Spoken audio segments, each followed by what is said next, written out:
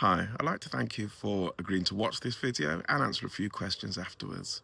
Let's see if I can do this and share my Christian journey, my Christian faith in 10 minutes and under. So let's go. So I was born almost 60 years ago, lived in Burton-on-Trent, where my father was a priest, and I was involved in a church or visiting a church every week. At that young age, you kind of believe what your parents' faith. So I was sharing my faith with my friends, and I was really enjoying the friends I had. At the ages of 11, my father was moved to Newport, South Wales, a place that he never ever really wanted to go to.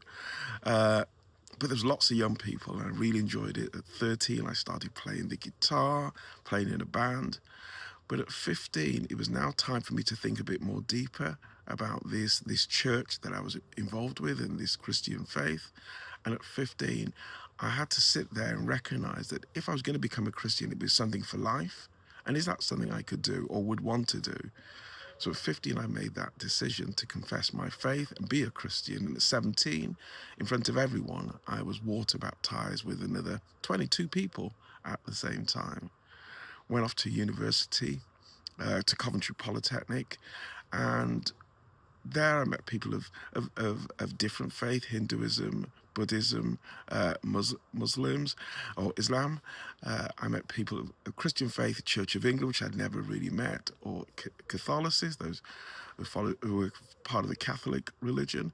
And it was a time really to validate my faith, to see was I really committed to this while I was away from my parents. I got involved playing in a band, a church, visiting concerts. So I managed to maintain my Christian faith.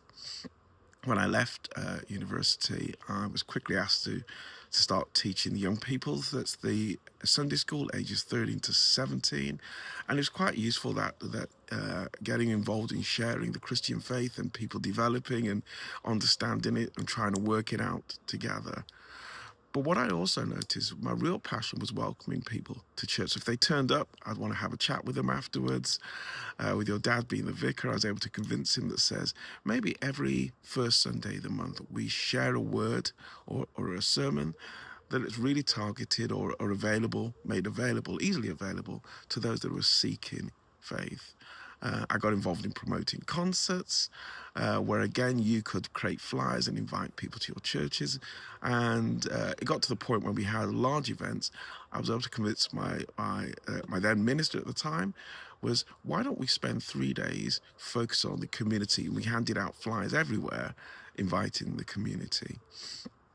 So I got involved in preaching and leading services in church, and I was really happy with it. I wasn't really looking to do it anymore.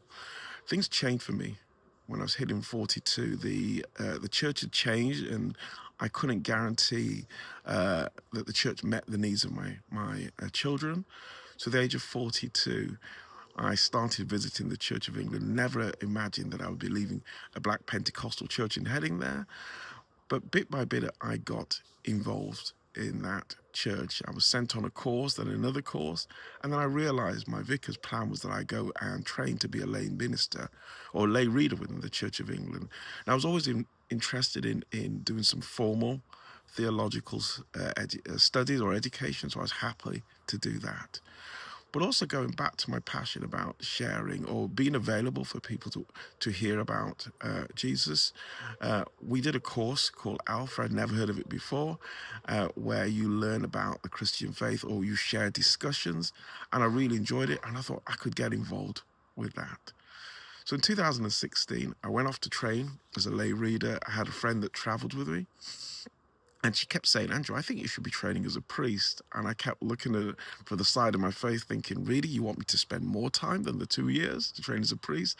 And I'd never answer her because there was no intention of doing that. But anyway, I continued training. And I think on the last day of lay reader training, as I sat in the chapel and the minister did communion, suddenly I had that feeling again that God was speaking to me. And I said to Lynn, maybe I could be being called to train as a priest. About a year and a half later, I met with at work, I wanted to push my career forward. I met with our European head of chief technology officers about joining his team. And then the next morning I woke up and I just felt God speaking with me, almost train as a vicar or train as a CTO, Chief Technology Officer. Really felt like God was speaking to me.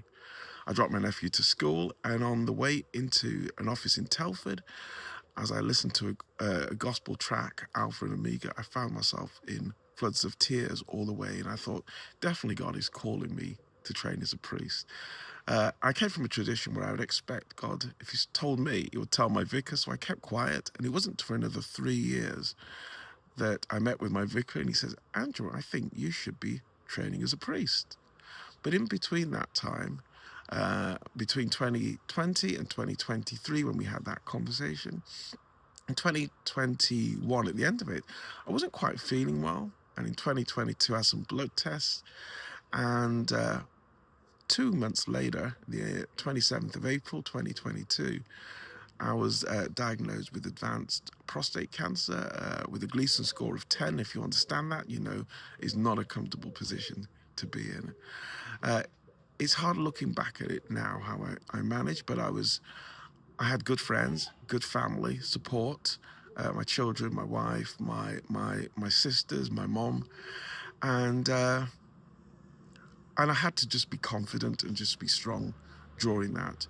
But something that hit me there during that time, I was off work, and I remember doing a walk between Wolverhampton and Wombourne. It was a 7-mile round trip, and I was listening to a speaker talking about God operating on this earth, and said God operates on this earth through people. And I thought about that a couple of times, and I prayed and said, God, if you've got a purpose for me here, then keep me alive. If not, whenever you're ready, I'm ready to come home. And I've prayed that prayer several times in recognizing what I was actually saying. I'm still here, clearly, and that was four years ago. In 2023 then, my vicar called me for a meeting. At that time, I was holding position of church warden and parish warden. I thought we were going to do some contract stuff or some real work we needed to do. And at that time, he said, Andrew, I think you should be training as a priest. It's a long journey. So that started in January 22 and got all the way to May 2025, 2 years later, was when I went for my final set of two days interviews. Just before that, 4 days before that, I got contacted from someone living in Hong Kong that I had not spoken to for 20 years from my old church, New Testament Church of God.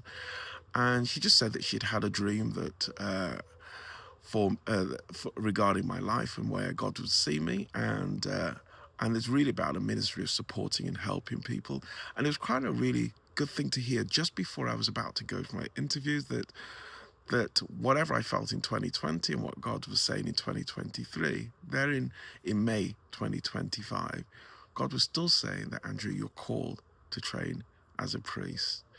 So fast forward to now in 26 or July 26, I'm almost 1 year through, still got quite a bit of coursework, another 9,000 words to write before the end of August. But I'm really enjoying it. I'm with really great people. And I do know for definite that I'm called to be a priest. What I'll do, I'm not sure. Where God would have me to serve, I'm not sure. But I'm trusting with God, and I'm really comfortable with it.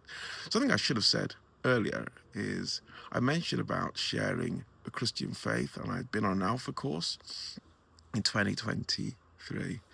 Well, between 2018, when I stopped training as a lay reader, all the way up to 2025, I had the privilege of leading Alpha courses. I wasn't knocking on people's doors, inviting them. We'd do flyers on Facebook, on the app called Nextdoor, posters outside of church, and anyone that was interested, I was quite happy to share the hope that I have as a Christian and what God possibly could do for them. I want to thank you for listening again to this video. I'm going to send you this with probably 4 or 5 questions. Please do your best to respond in a couple of days, and thank you again. God bless you.